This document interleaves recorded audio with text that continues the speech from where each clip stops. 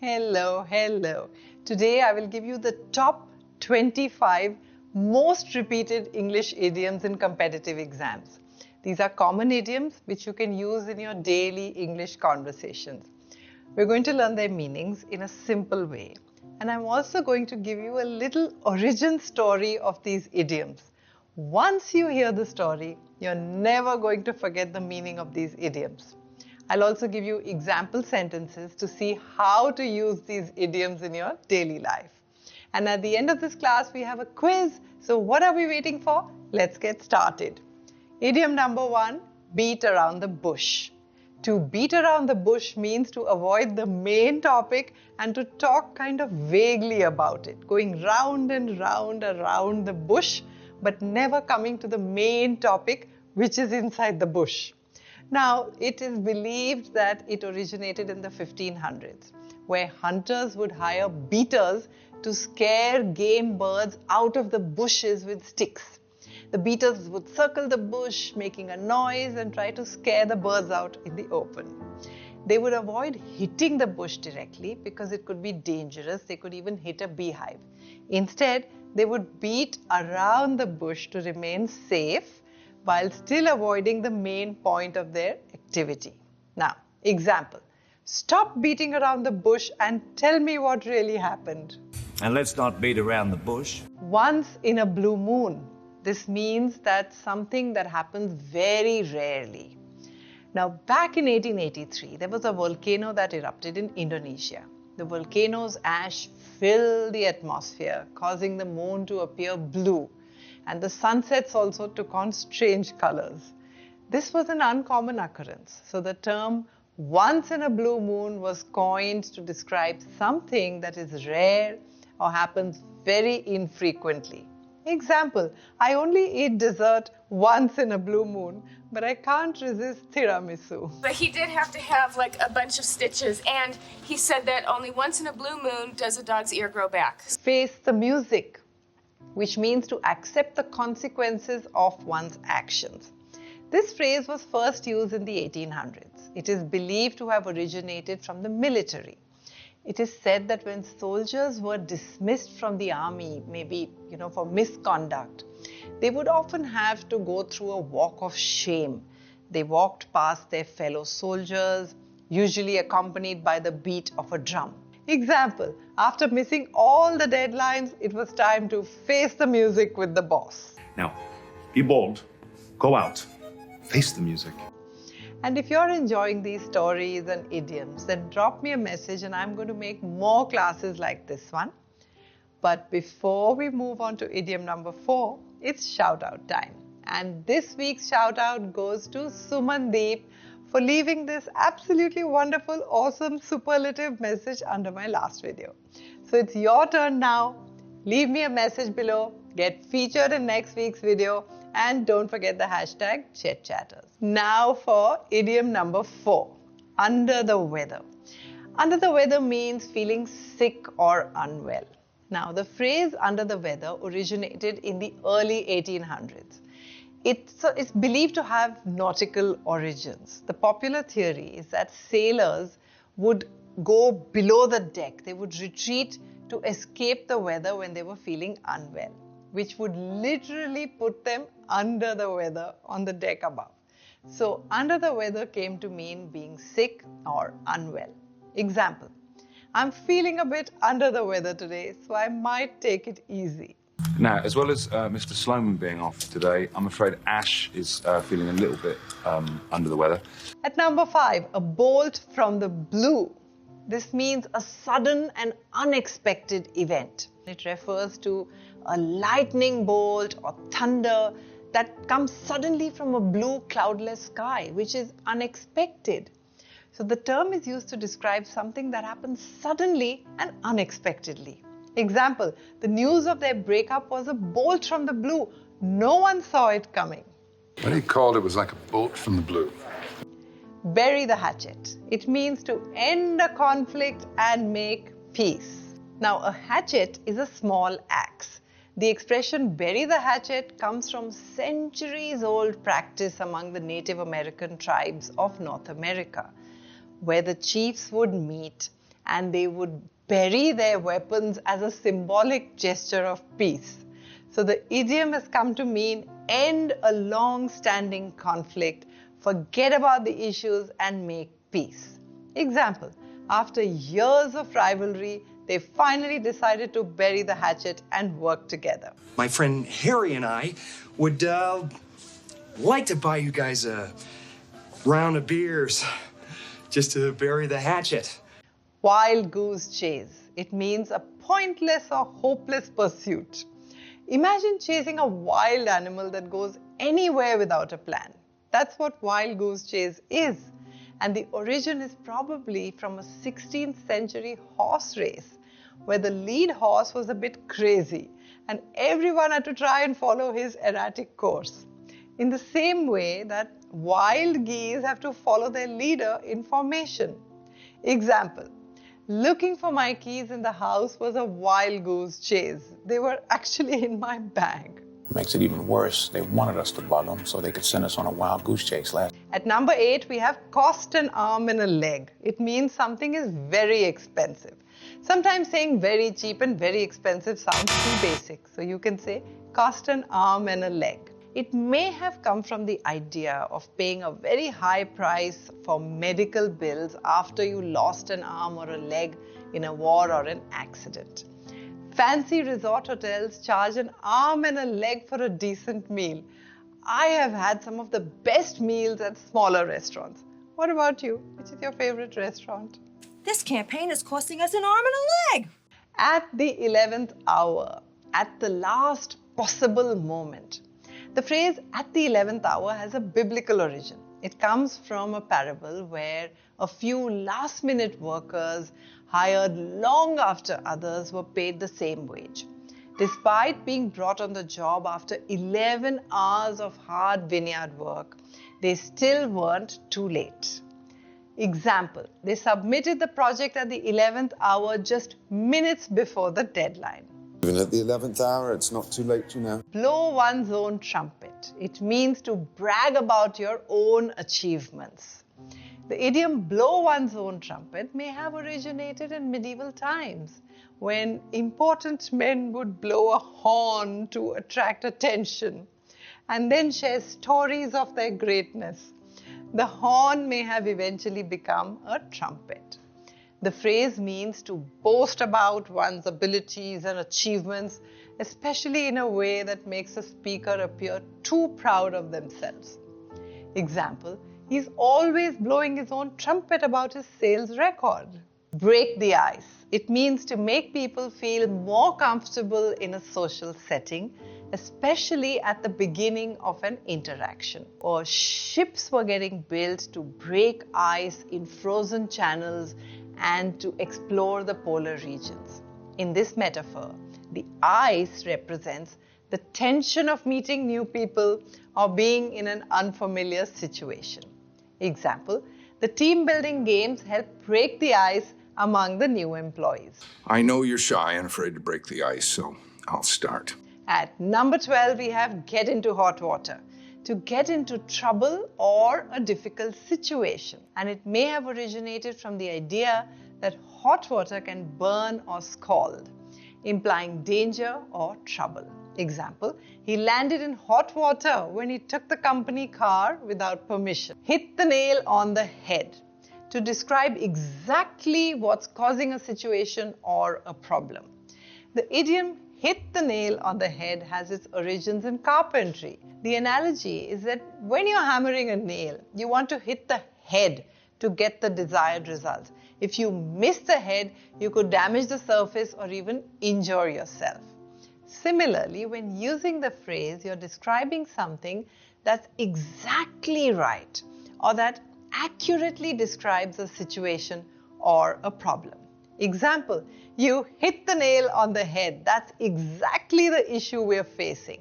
You hit the nail on the head, Mr. Gustav.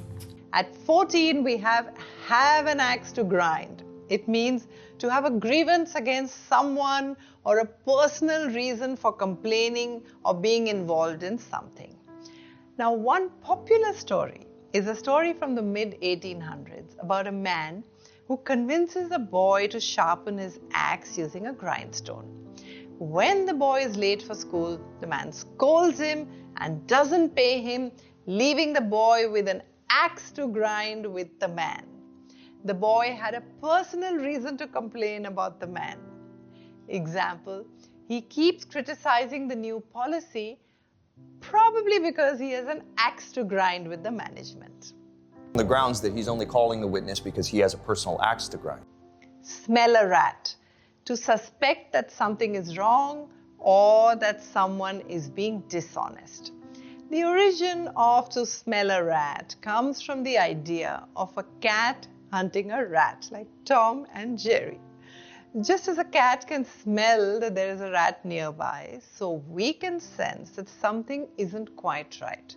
The word rat is a metaphor for something bad, which is hardly surprising given the plagues and diseases associated with rats.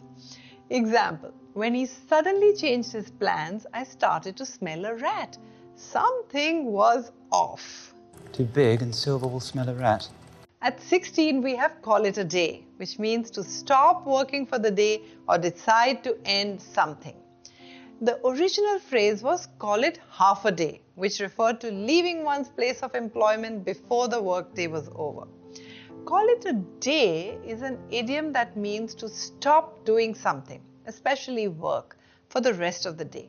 For example, you might say, I'm tired, let's call it a day. It can also be used to mean to stop something forever. For example, we've made good progress. Let's call it a day and finish up tomorrow. Or, all professional soccer players know that eventually they'll have to call it a day. Ray, we're going to call it a day. Number 17 is gift of the gab. It means the ability to speak confidently and persuasively. The idiom gift of the gab comes from the Middle English words gob, meaning mouth, and gab, meaning idle talk. The idiom refers to someone who can speak easily and confidently and persuade others. Example, she's got the gift of the gab. She can sell ice to an Eskimo. See eye to eye. It means to agree with someone or have the same opinion. The phrase is used to describe when someone agrees with another person or views something in the same way. They don't see eye to eye on politics, but they still respect each other's opinions. Rachel, as far as your father goes, he and I don't always see eye to eye. Flog or beat a dead horse. It means to keep talking about something that's already been resolved or is no longer relevant, or to waste effort on something that is unlikely to succeed. It comes from the practice of beating horses to make them go faster, which was commonly accepted at the time. Beating a dead horse would be pointless because it would not be able to move. Example sentence, trying to convince him to change his mind is like flogging a dead horse. Hey, I don't want to beat a dead horse. At 20, at the drop of a hat. It means to do something immediately without any hesitation. The idiom at the drop of a hat originated in 19th century America, where it was used to signal the start of a fight or a race by dropping a hat or sweeping it downwards. The phrase means to do something immediately and without much thought. Example, she's always ready to help people at the drop of a hat, no matter how busy she is. We can do it anywhere and just leave at a drop of the hat. Leave no stone unturned. It means to do everything possible to achieve something. The phrase leave no stone unturned comes from an ancient Greek legend about a general who buried treasure in his tent before being defeated in battle. When people sought the treasure, they consulted the oracle of Delphi, who told them to look under every stone. The phrase is used figuratively to mean making every effort or using every possible resource to accomplish something. Example, I leave no stone unturned to find the perfect example to explain an idiom to you.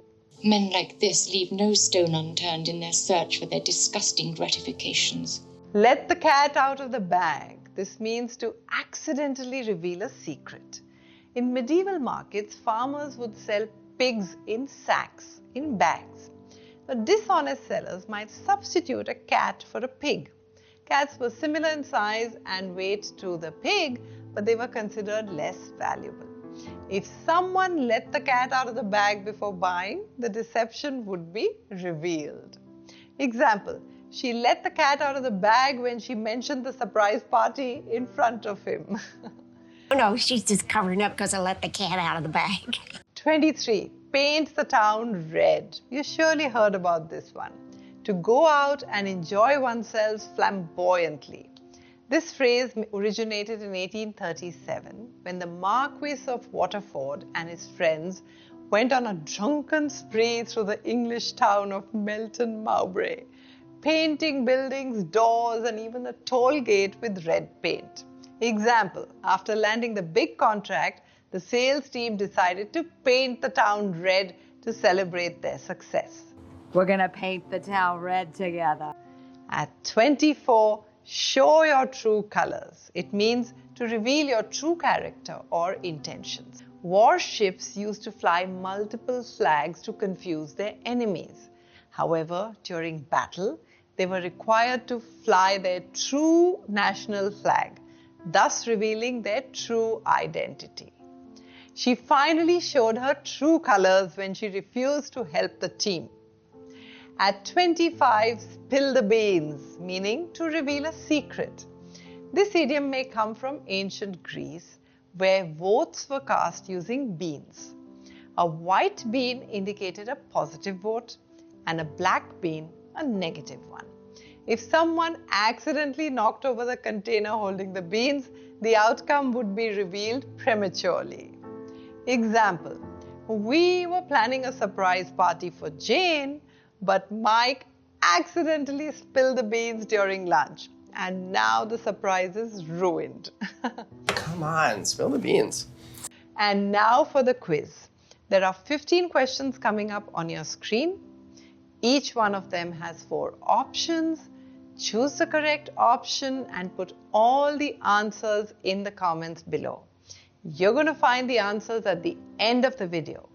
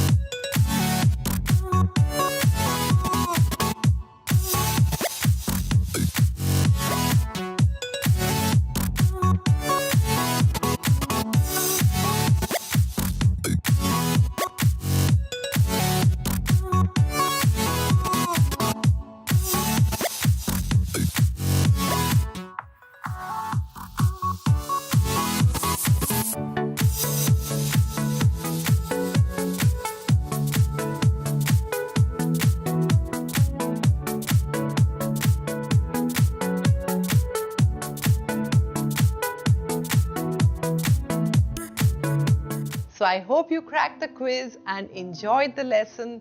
Do share this with someone who might be interested, and see you on the next one. Bye for now and happy learning.